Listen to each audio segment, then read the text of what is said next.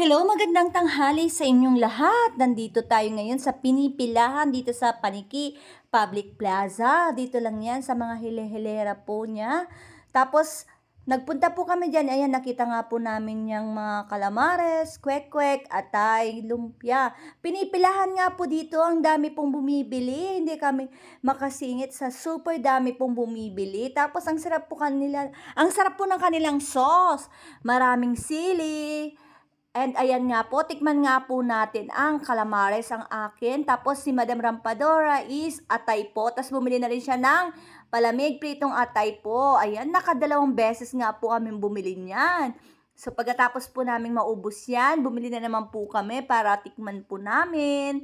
Yan nga po, ang sarap nga po niyan. Sa halagang 20 pesos, makakabili ka na po ng calamares, pritong atay. 5 piraso na po yan or 4 na piraso.